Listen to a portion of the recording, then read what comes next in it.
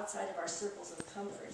And that's kind of what Copenhagen was as well. So with that, I'd like to just indulge you for a little bit and a little of what happened in Copenhagen, and then we can have some more discussion together. So the climate change meeting was in 2009, and I'm going to try to go through this kind of a little more quickly maybe. I think this map, though, is quite telling. If you look at the left-hand corner, it shows the world and the continents and countries in their perspective in terms of geography and size. And then if you look at the top, you'll see that disproportionate according to the carbon emissions throughout the planet. So it's a little difficult to read, but I think you can see that the United States basically accounts for almost a third of the carbon emissions on the planet. And we certainly are not a third of the people or a third of the land mass on the planet. And then I did this with school children last week in Gallup, and I had one person represent the United States, two represent the Europe and the Middle East, and then I had about 8 or 9 children representing the former Soviet Union, the Africa, look at Africa, 2.5 is all they have of the CO2 emissions, and South and Central America, and Japan, and Australia, and China, India, and the developing areas over there, only 12.2%. And I had 8 children, and they represented all the rest to show the disproportionality of what we're looking at. So all the reason more for the fear that we see, that there are a few big players that feel they have a lot to lose if we don't have some kind of weapons to save those oil fields where we are dependent upon them for energy and for old technology rather than moving forward. But again, I think our stance as people of faith is one of transformation, and that transformation needs to be of love and a different consciousness. So just a comment, and that's Yes. that this is data through 1999, if you go back to this slide. In 2008, China's carbon footprint equaled and then exceeded that of the United States. And the Chinese response to that was almost half of our economy is feeding materials and goods back to the West. Exactly. And roughly 10% of the air pollution now on the West Coast is coming from China. Yeah. And the other thing, too, China's population is immensely larger than the U.S., and that does not take into account. And so we are still the largest producer per person, per capita. Yeah, per capita. Absolutely. In the world. Thank you for that additional information, though. It's very good. So the other part is a different kind of consciousness, and it's one that's very ancient, but I think and old that we need to look at it in a new way. Our indigenous brothers and sisters already know this and live this out, and it is that the earth is our mother, and the earth governs and sustains us. St. Francis of Assisi said the same thing in the Chemical Creation. As I went to the conference in Copenhagen, I kept reflecting, how differently would our leaders be leading, how differently would we be living if we really believed, but especially our leaders, that the earth governs us, and because of that governing sustains us. How would the decisions be made? And so this is a line that I just hold ever before me, because it's a very focusing one, I think, and not in an idealistic way, because as we know, indigenous peoples and many peoples of developing countries have been living this way and continue to. So COP15, I think most of you are aware, began in Stockholm, then the IPCC, which has been in the news a lot, the Intergovernmental Panel on Climate Change, and their reports, and then finally the Kyoto Treaty in 1997, which the United States did not sign, even though we account for roughly about a third of the CO2 emissions.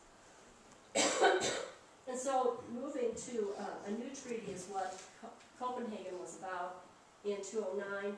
We did not move to that binding treaty, so we are going to Mexico in the end of this year.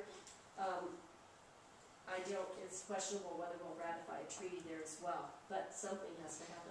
So in Copenhagen, this is Copenhagen, and many things going on during the time of this gathering. This was in one of the center squares.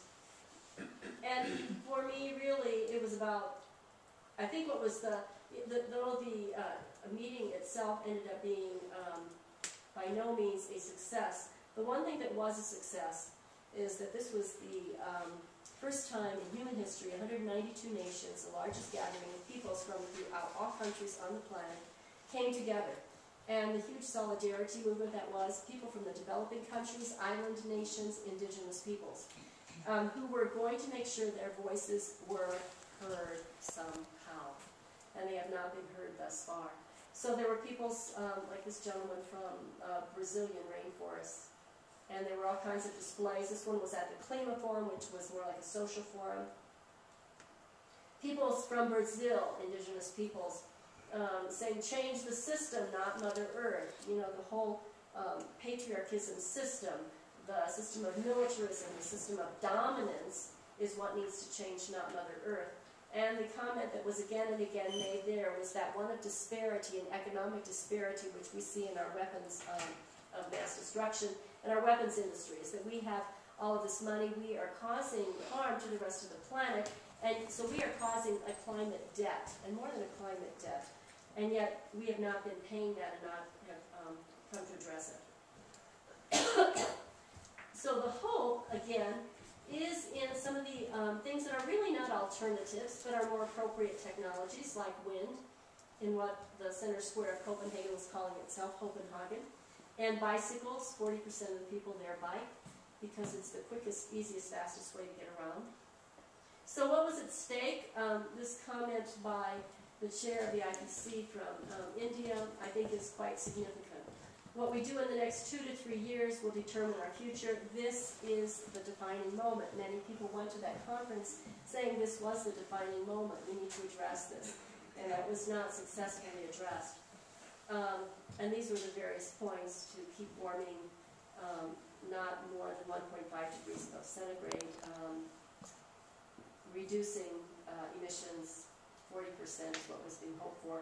Short-term monies for assisting with forestry and adaptation for $35 billion, $195 billion more long-term for adaptation, mitigation.